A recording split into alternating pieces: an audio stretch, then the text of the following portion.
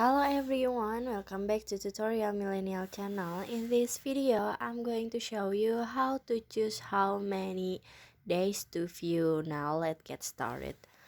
First open your Google Calendar apps, and then when you open the calendar apps, you'll see a list of your upcoming events.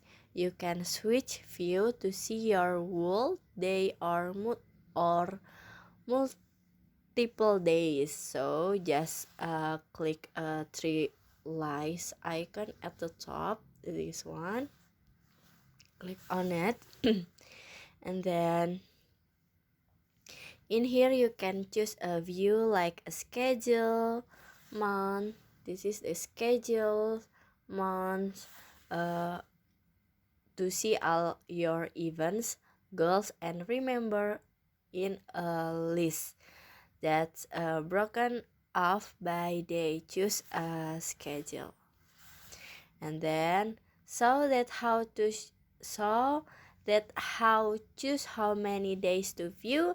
And then I hope you found this video to be helpful. If you enjoy with the content, please consider like, comment, and subscribe down below. Bye bye.